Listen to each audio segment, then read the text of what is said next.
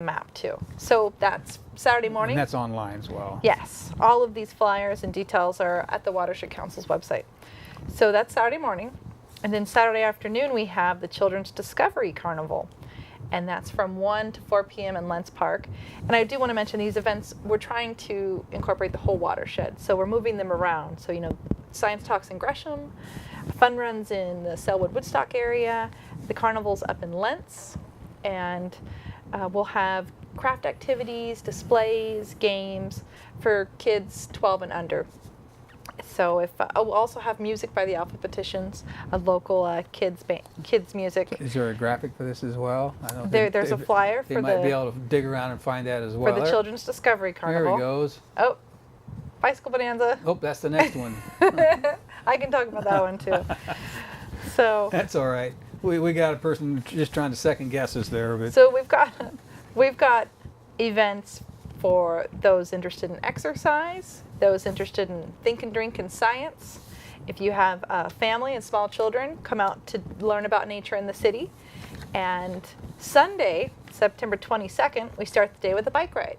This is more of a tour like you were talking about. I'll be leading the event, so we can stop at various restoration projects and sites that volunteers have worked at, talk about their significance to Johnson Creek Watershed as a whole, and what are the next steps for improving the health of the area. Mm-hmm. And we'll be stopping at Cartlandia to have some lunch. So it's great. You'll be going down the Springwater corridor. That's it. Just down the Springwater Trail. Yeah. There's a bunch of restoration sites along the way, and then we'll come back. So a simple ride, family friendly, from rain or shine. Are these ongoing sites, or are they sites that you've already finished? Well, I think we'd like to think all sites are ongoing. There's some degree of maintenance involved in the upkeep of restoration sites. So they're going to be in varying degrees. Some will be brand new that we just started. Others that's will. Better this way. Yeah. Others will be in a really good state, like Tideman Johnson Park.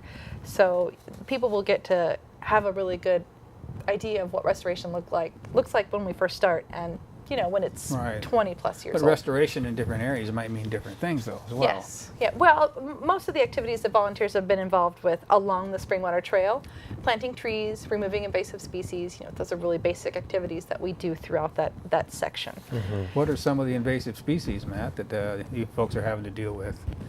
Blackberries come to my mind first. Well, the ones that we all know that are sort of the long-term invasives are English ivy, which if you've been, I think most of us know English ivy, but if you've been to Forest Park, it's a terrible problem in Forest Park. Forest Ivy Park. Yeah, unfortunately. Himalayan blackberry. One of the more recent ones that we're really trying to get it under control before it gets widespread in Johnson Creek Watershed is garlic mustard. That's that little yellow flower. I don't know what its flower is. It's actually an edible. It's in the mustard family, and it's a ground close to the ground.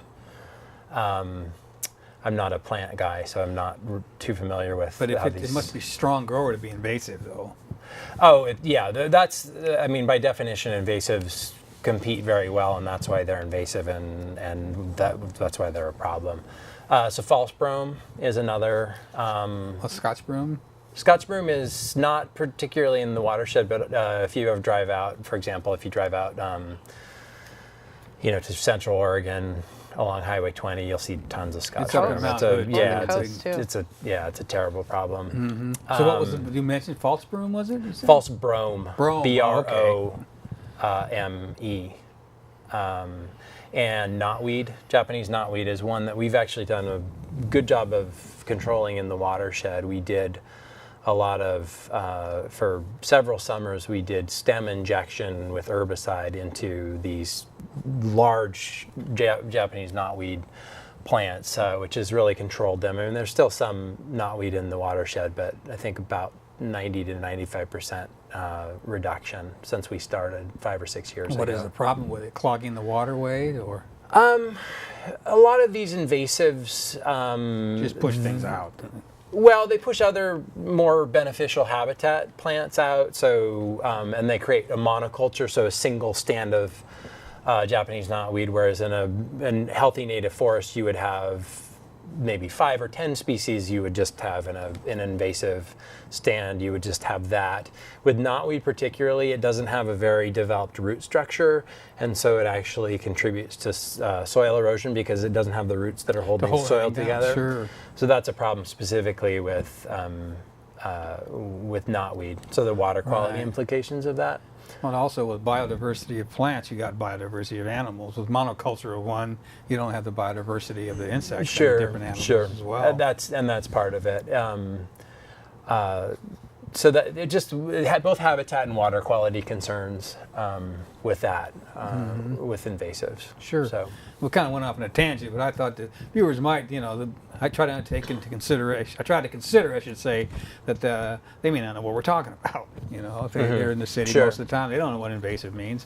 I know invasive is a strong enough issue in the national forest, where the Forest Service has programs to deal with it, as well as as you mentioned, ivy up in the Forest Park.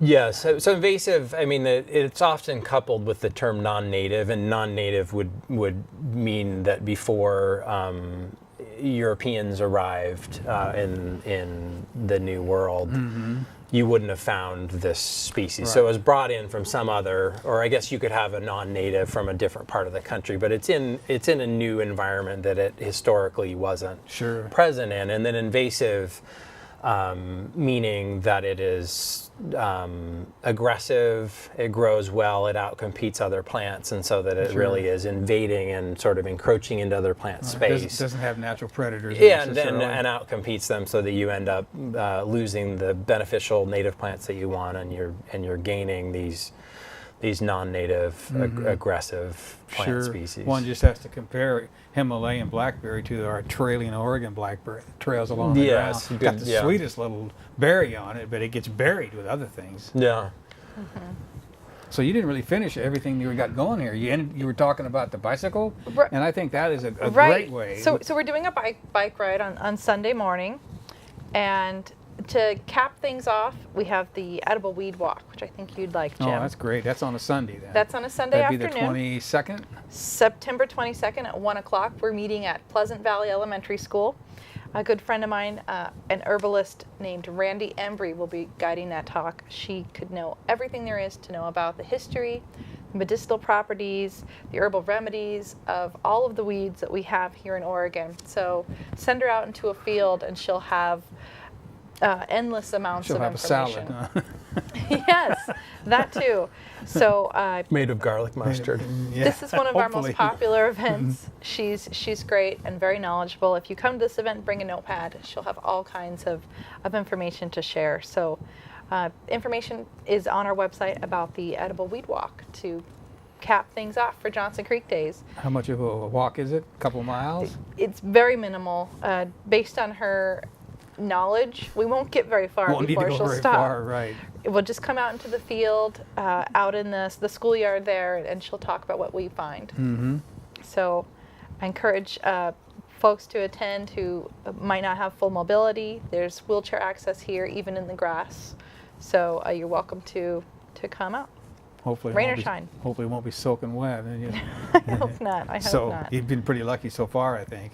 And these are great events, and it's 4 or 5 different ways of viewing what is going on in the watershed and how you can interface with it. It seems a really exciting way to do things. You said it nicely, Jim. You guys want to hire me? Yeah. What's really exciting is the children. Has that been well attended?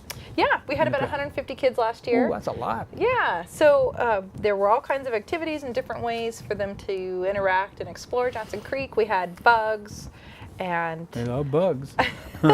Bugs are popular. Yeah. We had music, we had games, there were displays. There was a huge inflatable salmon. That's right. Which actually, there was storytelling that went on in there.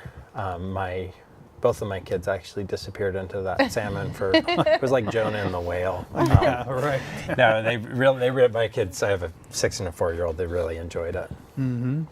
We have one of the things that they do is a toilet roll. Roll it in shortening or Crisco, and then rub bird seed on it. So it's a kind of a homemade bird feeder. Recycled materials bird feeder. Yeah. That sounds like something that's really good. It doesn't have a lot of bird seed on it, but enough for a little finch to nibble on for a little bit. All right. Well, I know that we've got some photographs that we uploaded in the few minutes that we had in between segments. So if they want to put some of those up, might cycle through some of them and you can discuss them a little bit. Might put them in front of us if they can, but if not, they'll put them behind us. Well, I like that.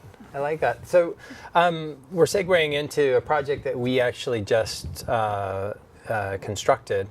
We didn't, the Watershed Council staff, but it was a project that we worked on in partnership with TriMet, and it's at the site of the Tacoma Street Johnson Creek MAX station, which is opening on the new light rail line that's going to go through southeast Portland, cross the river from Portland State University, and then go down southeast Portland, Milwaukee, and is that down Clackamas McLaughlin? County.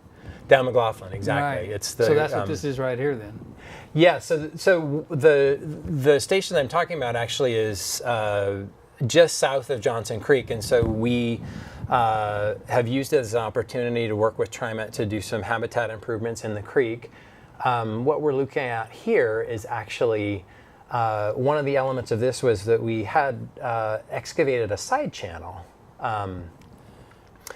which will provide fish with some back channel habitat when waters are flowing high in Johnson Creek in the winter.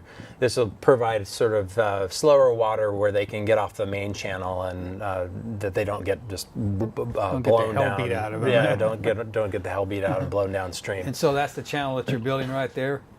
That is, so there are two elements. That is in the actual main channel of Johnson Creek. On the lower left side of the screen there, those are root wads that are going to be in the main channel, which provide fish with places that they can hide from predators. They provide places for bugs to grow, which provide food, the sort of base of the food chain for fish.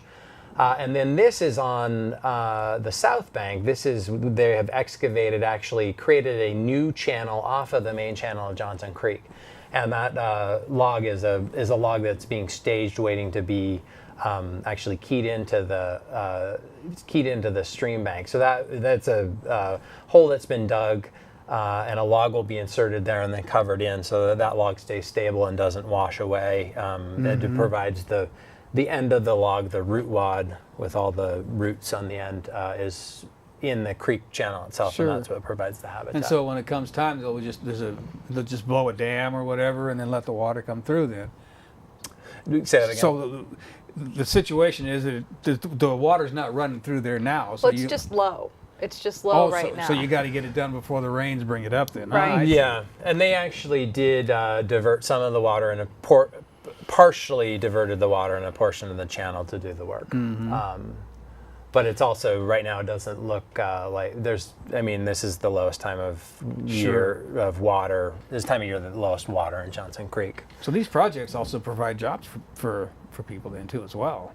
Absolutely. The restoration jobs, the restoration work that we do certainly is a boost to the economy. You can see there are heavy equipment out there, so you need folks who know how to operate heavy equipment, and some of those, they actually did a lot of the installation of these logs in the channel without taking, that would be a good example, so that I sort of view this as threading the needle. There are these existing native alder trees on each side, and so getting the equipment in and installing the habitat without impacting the existing trees, really impressive, the skill of these guys driving or operating the heavy equipment, and nice that they can do it in a way that you're not robbing Peter to pay Paul. You're not putting in habitat, but also you're hitting all these trees and knocking them out. So yeah, exactly. Yeah. So it's really nice. There's a great. So that's in what in the winter would be underwater. That's in the middle of Johnson Creek's stream channel, and that's just east of McLaughlin, south of Tacoma Street. So Tacoma goes over, if you head west, it goes over Selwood Bridge. That's kind of for orientation. Just photos of the construction work going on there. So this is a project we've been working on for several years in terms of getting the money raised for it, getting the permitting done, working with TriMet to get this done. Those logs are the root wads that are providing the habitat there.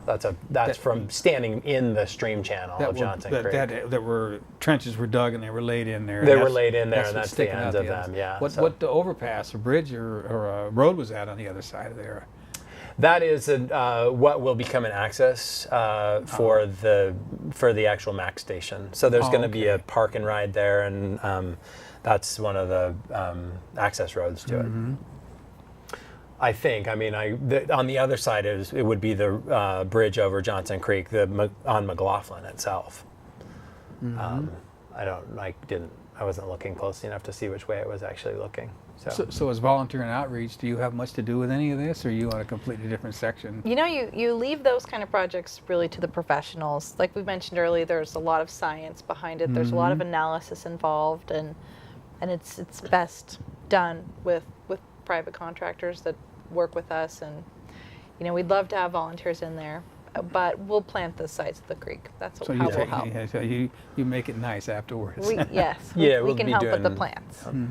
So, well, you know that we mentioned volunteer. That's a good one. We talked a little about the Tacoma MAC station, but volunteers. So you are the volunteer coordinator, and that's what you do. And the people volunteer, and you provide work for them. That's right. Works of love, hopefully. There's a little list of all the ways people can volunteer. Which is also on your website. Right. And it's just Amy at jcwc.org. Right. We actually have an info sheet if the control room would like to pull up what's called an information page. And hopefully they can find that there.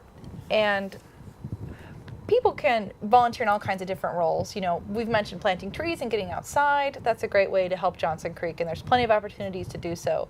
But depending on your interests, you can also, there it is. All right, there we go. Call. Cut it off.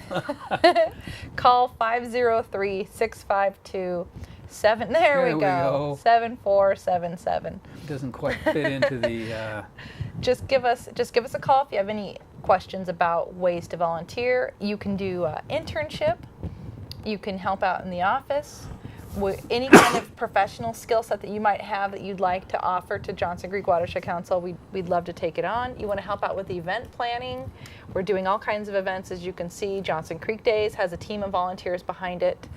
We are doing coho surveys, so if you're interested in science and citizen monitoring projects, there's opportunities there. Salmon monitoring, or surveyor. Yeah. And we have a board of directors, so if you're interested in leadership opportunities, those are available to you, and also independent projects. We've had people who are interested in various things like soil sampling.